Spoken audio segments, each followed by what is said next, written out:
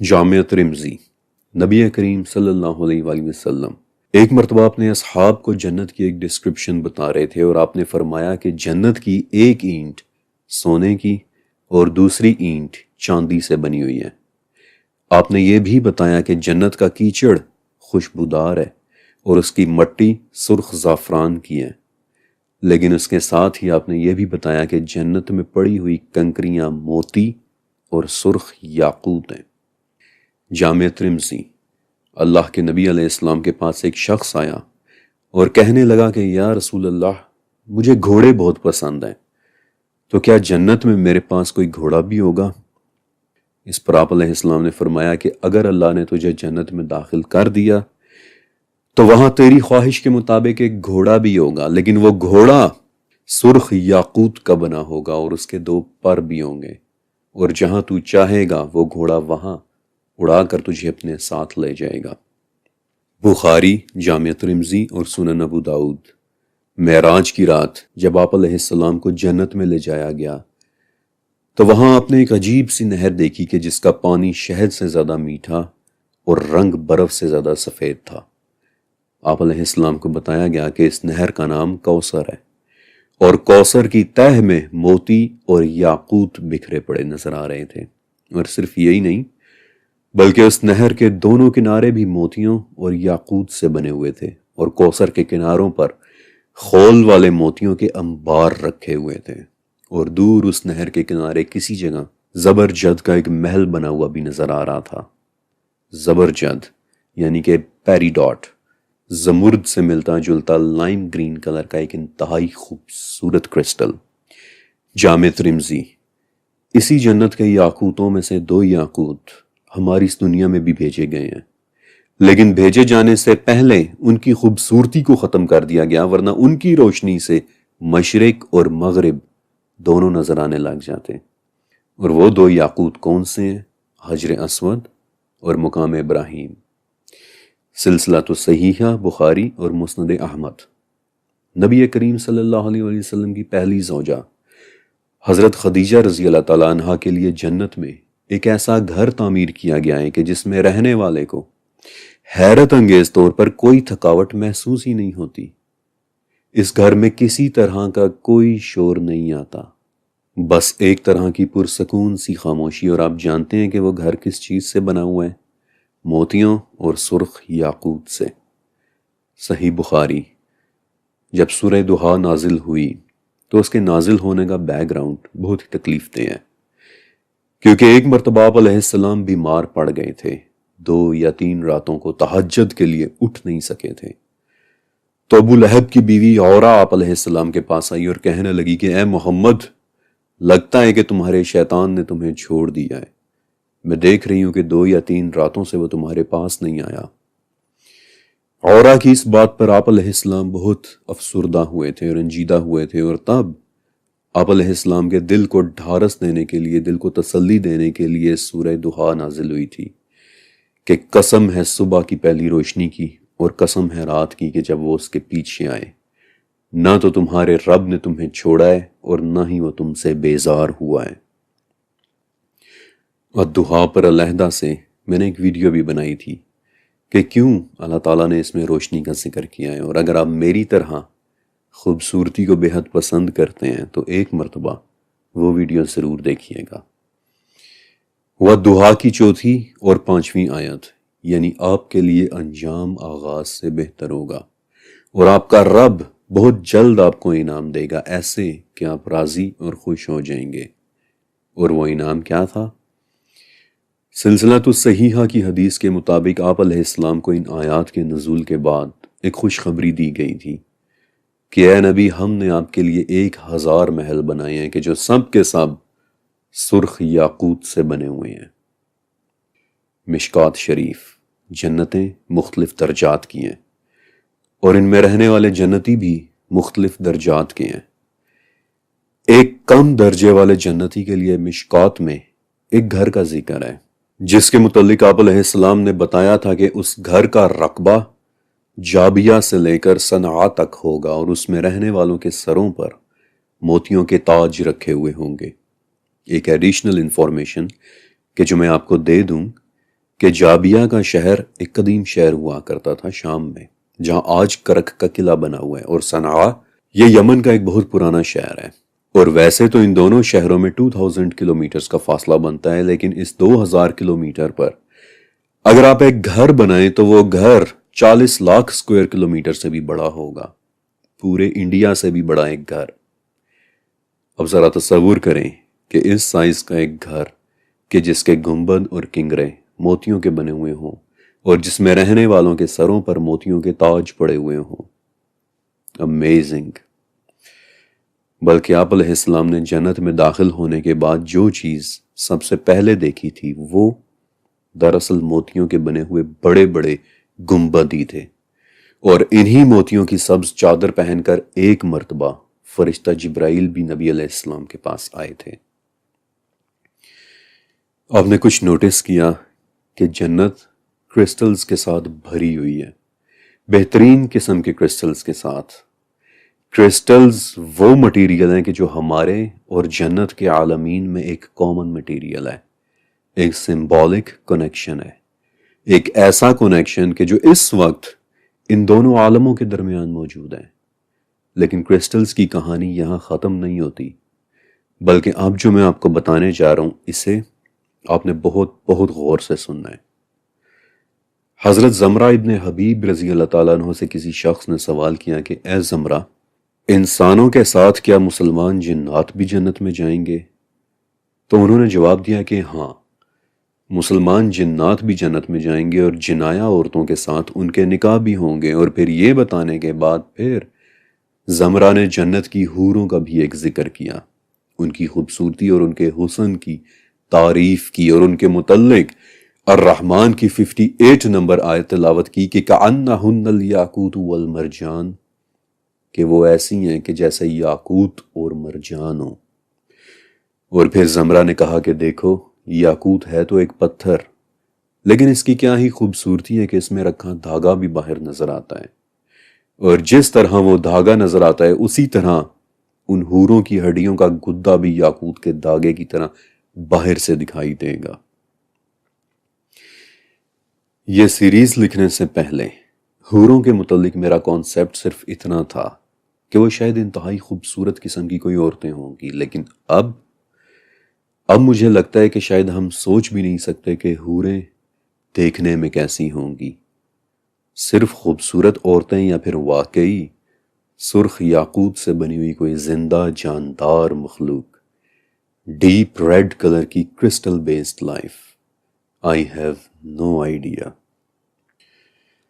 جنتیں crystal سے بھری پڑی ہیں، لیکن ایک بات اور ہے کہ جو ابھی تک میں نے آپ کو نہیں بتائی، کہ کرسٹلز کی موجودگی دراصل جنتوں سے بھی اوپر تک ہے۔ بہت توجہ اور بہت دھیان کے ساتھ سنتے جائیے۔ احادیث کی 6 کتابیں سب سے بڑی ہیں، سب سے معتبر ہیں۔ نمبر 1 اور ٹاپ پہ ہے صحیح بخاری، جسے امام بخاری نے 16 سال لگا کر لکھا تھا، اور روایات سے پتہ چلتا ہے کہ اس کتاب کی کسی بھی حدیث کو محفوظ کرنے سے پہلے امام بخاری پہلے غسل کرتے، پھر نوافل پڑھتے اور پھر حدیث کو محفوظ کرتے۔ Look at his dedication. پھر نمبر 2 پہ صحیح مسلم، پھر نمبر 3 پہ جامع ترمذی، نمبر 4 سنن ابو داؤد، نمبر 5 سنن نسائی، اور پھر 6 نمبر پر سنن ابن ماجہ۔ حدیث کی یہ ٹاپ کی کتابیں تالیف کرنے والوں نے ان میں تقریباً 25,000 کے آس پاس حدیثیں اکٹھی کی ہیں، لیکن جب وہ یہ کتابیں لکھ رہے تھے تب بعض اوقات ایسا ہوتا تھا کہ کوئی واقعہ یا کوئی حدیث بہت طویل ہوتی، تو صرف اسے مختصر رکھنے کی خاطر وہ مرکزی بات لکھ دیتے، اور ایڈیشنل انفارمیشن کہ جو ہوتی تو حدیث کا حصہ ہی تھی لیکن بات کو مختصر رکھنے کی خاطر اسے چھوڑ دیتے۔ اور 10ویں صدی کے ایک بہت بڑے محدث اور تھیولوجن ابو بکر البزار نے کیا کیا کہ انہوں نے اس تمام ایڈیشنل انفارمیشن، جنہیں زوائد کہتے ہیں، انہوں نے ان تمام زوائد کو اکٹھا کیا کہ جو در حقیقت حدیث کا حصہ ہی ہوتی تھی، اور 20 جلدوں پر مبنی ایک بہت بڑی کتاب لکھی، مسند بزار، یعنی کہ وہ کتاب جس میں وہ تمام واقعات موجود ہیں جنہیں صحاح 6 کے مؤلفین نے صرف اس لیے چھوڑ دیا تھا کہ کتاب کہیں بہت طویل نہ ہو جائے۔ اور جو واقعہ اب میں آپ کو سنانے والا ہوں وہ مسند بزار ہی میں لکھا ہوا ہے، ایک ایڈیشنل انفارمیشن کے جو اوریجنلی حدیث کا حصہ ہی تھی۔ بائی دا ویز ایک بات کہ یہاں پر میں صرف اتنا بھی کہہ سکتا تھا کہ فلاں بات مسند بزار میں لکھی ہوئی ہے، لیکن آپ کو یہ چھوٹا سا پیس آف انفارمیشن دینے کا مقصد یہ تھا کہ آپ کے علم میں اضافہ ہو، آپ کو علم الحدیث اور اپنے نبی اور علماء کے متعلق وہ باتیں بھی پتہ چلیں کہ جو نارملی پہلے سے نہیں پتہ ہوتی تھی، اور یہی میرا ہول پرپز ہے، علم کی تلاش میں ستاروں تک پہنچ جانا۔ اوکے، مسند بزار میں واقعہ معراج کے حوالے سے ایک ایڈیشنل انفارمیشن یعنی زوائد درج ہے کہ جس میں آپ علیہ السلام فرماتے ہیں کہ میں سویا ہوا تھا اور میرے پاس جبرائیل علیہ السلام آئے، انہوں نے میرے کندھوں کے درمیان ہاتھ رکھا اور میں کھڑا ہو کر ایک درخت پر بیٹھ گیا۔ یہ درخت والی بات آپ نے ذہن میں رکھنی ہے۔ آپ علیہ السلام فرماتے ہیں کہ وہ درخت بڑھنا شروع ہوا، اونچا ہونے لگا، یہاں تک کہ اگر میں چاہتا تو آسمان کو چھو سکتا تھا۔ اب میں اپنی چادر کو سنبھال رہا تھا، لیکن میں نے دیکھا کہ جبرائیل اس وقت بہت زیادہ تواضع اور ایک اینکشیس حالت میں ہے، اور میں اسی وقت سمجھ گیا کہ اللہ کے متعلق جبرائیل علیہ السلام مجھ سے زیادہ علم رکھتے ہیں۔ اس کے بعد ہمارے لیے آسمان کا ایک دروازہ کھولا گیا، اور اس دروازے کے پرے میں نے ایک زبردست اور عظیم الشان نور دیکھا کہ جو کسی قسم کے پردے کے پیچھے تھا، اور اس پردے کے قریب میں نے بہت سارے یاقوت اور موتیوں کو جھلملاتے ہوئے دیکھا، اور تب میری طرف بہت کچھ وحی کیا گیا۔ مجھے نہیں پتا کہ سنتے ہوئے آپ ان مناظر کو امیجن کر پا رہے ہیں یا نہیں، لیکن انہیں لکھتے ہوئے میں ایک ایک لفظ کو امیجن کر رہا تھا، اور سچ کہوں تو نہ تو میرے پاس وہ الفاظ ہیں اور نہ ہی وہ ٹیکنالوجی ہے کہ جس کے ذریعے میں آپ کو وہ دکھا سکوں کہ جو اس وقت میں خود دیکھ رہا ہوں۔ بس صرف اتنا کہہ سکتا ہوں کہ جھلملاتے ہوئے ان یاقوتوں اور موتیوں کے درمیان چھپا ہوا وہ نور کیا ہی پاورفل منظر ہوگا۔ لیکن آپ نے ایک بات نوٹس کی کہ کرسٹلز کہاں کہاں موجود ہیں؟ آسمان کے دروازوں کے پرے بھی وہ کرسٹلز موجود ہیں، لیکن بات صرف یہاں تک ہی محدود نہیں رہتی۔ سورہ توبہ، اللہ وہ ہے کہ جو عرش العظیم کا مالک ہے۔ النمل، اللہ وہ ہے کہ جو عظمت والے عرش کا مالک ہے۔ سورہ غافر، اللہ وہ ہے کہ جو بلند درجات والے عرش کا رب ہے۔ الزخرف، عرش کا رب بہت ہی پاک ہے۔ البروج، عرش کا مالک بہت ہی عظمت والا ہے۔ کیا ہوتا ہے یہ عرش؟ ساتوں آسمانوں کے اوپر جنت الفردوس ہے، یعنی کہ بہترین سے بھی بہتر جنت، اور جنت الفردوس کی چھت حدیث نبوی کے مطابق اللہ کا عرش ہے کہ جس کے مقابلے میں ساتوں آسمان اتنے چھوٹے چھوٹے ہیں کہ جیسے صحرا میں پڑی ہوئی کوئی انگوٹھی ہوتی ہے۔ عرش وہ شے کہ جو حدیث کے مطابق تب بھی موجود تھا کہ جب کچھ بھی تخلیق نہیں کیا گیا تھا، جس وقت اللہ کے سوا اور کچھ بھی نہیں تھا، تب بھی اس کا عرش موجود تھا کہ جو پانی پر رکھا ہوا تھا۔ اور اب اس عرش کو 8 فرشتے اٹھائے ہوئے ہیں، اور یہ عرش اللہ کی سب سے بڑی مخلوق ہے۔ لیکن آخر کیا ہے یہ عرش؟ امام ابن ابی شیبہ کی کتاب صفات العرش میں، اور 15ویں صدی کے ایجپشن سکولر حافظ جلال الدین السیوطی کی کتاب السمایا فی الحیات السمیہ میں 7 آسمانوں اور عرش کی ایک ڈسکرپشن لکھی ہوئی ہے کہ وہ دیکھنے میں کیسے ہیں، اور اس ڈسکرپشن کو سعد عطائی نے بھی انڈورس کیا ہے کہ واقعی ایسا ہی ہے۔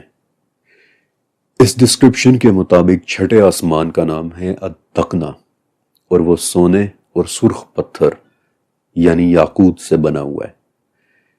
لیکن اس کے بعد عرش ایک بہت ہی گہرے سرخ رنگ کے یاقوت سے بنا ہے، ایک ایسا سرخ یاقوت کہ جس میں کوئی ملاوٹ نہیں ہے۔ A very very deep red ruby. It's amazing. لیکن بات یہاں تک بھی نہیں رکتی، بلکہ یاقوت کی داستان یہاں سے بھی آگے تک جاتی ہے۔ عرش کے دائیں طرف لوح محفوظ ہیں۔ لوح محفوظ سفید موتیوں کی بنی ہوئی ہے، اور اس کے صفحے سرخ یاقوت کے بنے ہوئے ہیں۔ اس کا قلم نوری ہے، ہم اسے دیکھ نہیں سکتے، اور اس کی لکھائی بھی نور سے ہی کی جاتی ہے۔ لوح محفوظ وہ کتاب ہے کہ جس میں تخلیق، رزق، زندگی، موت، عروج اور زوال اور اللہ کا ہر حکم لکھا جاتا ہے، اور اس کے علاوہ وہ سب کچھ لکھا جاتا ہے کہ جس کا ہمیں کوئی علم ہی نہیں ہے۔ مسند بازار میں ان حدیث کی پھر ایڈیشنل انفارمیشن بھی ملتی ہے، یعنی زوائد کی، کہ لوح محفوظ کی جڑ دودھ جیسے سفید کسی پتھر کی بنی ہوئی ہے، اور اسے ایک فرشتہ اپنی گود میں لیے ہوئے ہیں، اور دن میں 360 مرتبہ اللہ تعالیٰ اس کی طرف دیکھتا ہے جیسا کہ اس کی شان کے لائق ہے۔ وہ دن اور رات کیسے ہیں ہمیں کچھ نہیں پتا، لیکن اس کی ہر نگاہ کے ساتھ مخلوق کی قسمتیں بدلتی ہیں، کسی کو عزت مل جاتی ہے اور کسی کو ذلت، اور وہ جو چاہتا ہے اپنے حکم سے کر دیتا ہے۔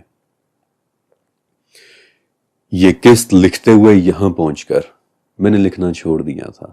یہ باتیں لکھنا اتنا آسان نہیں ہے۔ میرا دل یا کسی بھی انسان کا دل یہاں پہنچ کر دھڑکنا بھول جاتا ہے۔ کیا ہی منظر ہوں گے، کیا ہی منظر ہوں گے۔ لیکن آپ نے ایک چیز نوٹس کی کہ موتی، یاقوت اور زمرد کہاں کہاں موجود ہیں، کس کس جگہ یہ کرسٹلز رکھے گئے ہیں، کون کون سے عالم ہیں کہ جہاں یہ کرسٹلز موجود ہیں۔ جنتوں میں یہ کرسٹلز موجود ہیں، جنتوں میں رہنے والی حوریں ان کرسٹلز یعنی یاقوت کے جیسی ہیں، اور کون جانتا ہے کہ کیا پتا وہ حوریں خود بھی کسی یاقوت سے ہی بنی ہوئی ہوں، کہ جیسے جنت کے وہ گھوڑے سرخ یاقوت سے بنے ہوئے ہیں۔ سب سے بہترین جنت، جنت الفردوس کی چھت اللہ کا عرش ہے کہ جو خود بھی کسی بہت ہی گہرے سرخ رنگ کے یاقوت سے بنا ہوا ہے، ایک کرسٹل کا پیورسٹ فارم آف کرسٹل کا عرش۔ اس عرش کے قریب لوح محفوظ ہے کہ جو خود بھی کئی طرح کے کرسٹلز کی بنی ہوئی ہے، سفید موتیوں اور سرخ یاقوت کے کرسٹل سے، اور پھر یاقوت کے وہ کرسٹلز کہ جنہیں نبی علیہ السلام نے اس نور کے گرد جھل ملاتے ہوئے دیکھا تھا، کہ جو اس وقت میں خود امیجن کر رہا ہوں۔ اردو، انگلش، جرمن یا عربی کہ کوئی الفاظ میری سوچ کو کبھی پریزنٹ بھی نہیں کر سکتے۔ لیکن آپ نے نوٹس کیا کہ یہ کرسٹلز کہاں کہاں موجود ہیں، اور مسند احمد میں ایک حدیث ایسی ہے کہ جو آج ہمارے ہر سوال کے راز کا جواب دے دے گی۔ اس حدیث کا ریفرنس نمبر ہے 10,585، اور اس میں نبی علیہ السلام فرماتے ہیں کہ میں نے چھٹے آسمان پر بیری کا ایک عظیم الشان درخت دیکھا کہ جس کی جڑیں چھٹے اور شاخیں 7ویں آسمان میں تھی۔ جبرائیل نے مجھے بتایا کہ یہ درخت سدرۃ المنتہا ہے، ہر چیز کی انتہا، جو بھی نیچے سے آتا ہے وہ یہاں سے لے لیا جاتا ہے، اور جو بھی اوپر سے آتا ہے وہ یہیں سے وصول کیا جاتا ہے۔ اس درخت پر سونے سے بنے ہوئے پروانے منڈلا رہے ہیں، اور جب اللہ کے حکم نے اسے ڈھانپا تو اچانک سے وہ درخت یاقوت، زمرد اور اسی قسم کے موتیوں میں تبدیل ہو گیا، اور اس کے رنگ اس طرح بدلنے لگے کہ میں ان رنگوں کو ہی نہیں جانتا۔ دنیا کی کوئی مخلوق ان رنگوں کی خوبصورتی کو کبھی بیان ہی نہیں کر سکتی۔ سدرۃ المنتہا کا درخت کرسٹلز میں تبدیل ہو گیا تھا، اور جیسے جگمگاتا ہوا سرخ، نیلے، سبز اور سفید رنگ کا ایک کرسٹل اپنے رنگ بدلتا ہے، سدرا کے رنگ بھی ایسے بدلے کہ دنیا کی کوئی مخلوق ان رنگوں کی خوبصورتی کو کبھی بیان ہی نہیں کر سکتی تھی۔ اور یہی وہ موقع تھا کہ جہاں آپ علیہ السلام نے جبرائیل کو آخری مرتبہ ان کی اوریجنل شکل میں دیکھا، ایسے کہ ان کے 600 پر تھے، اور کہ جو اس وقت پورے کے پورے کھلے ہوئے تھے، کیونکہ ان کے پروں کے پیچھے پورا افق چھپ گیا تھا، اور ان کے کھلے ہوئے پروں میں سے موتی، زمرد، یاقوت اور جواہرات گر رہے تھے کہ جن کی حقیقت سوائے اللہ کے اور کوئی بھی نہیں جانتا۔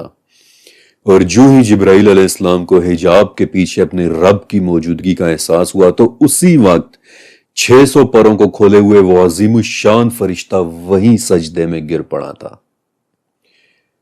واقعی دنیا کی کوئی مخلوق اس منظر کی خوبصورتی کو کبھی بیان ہی نہیں کر سکتی تھی، میں بھی نہیں، اور نہ ہی میری یہ ڈاکیومنٹری۔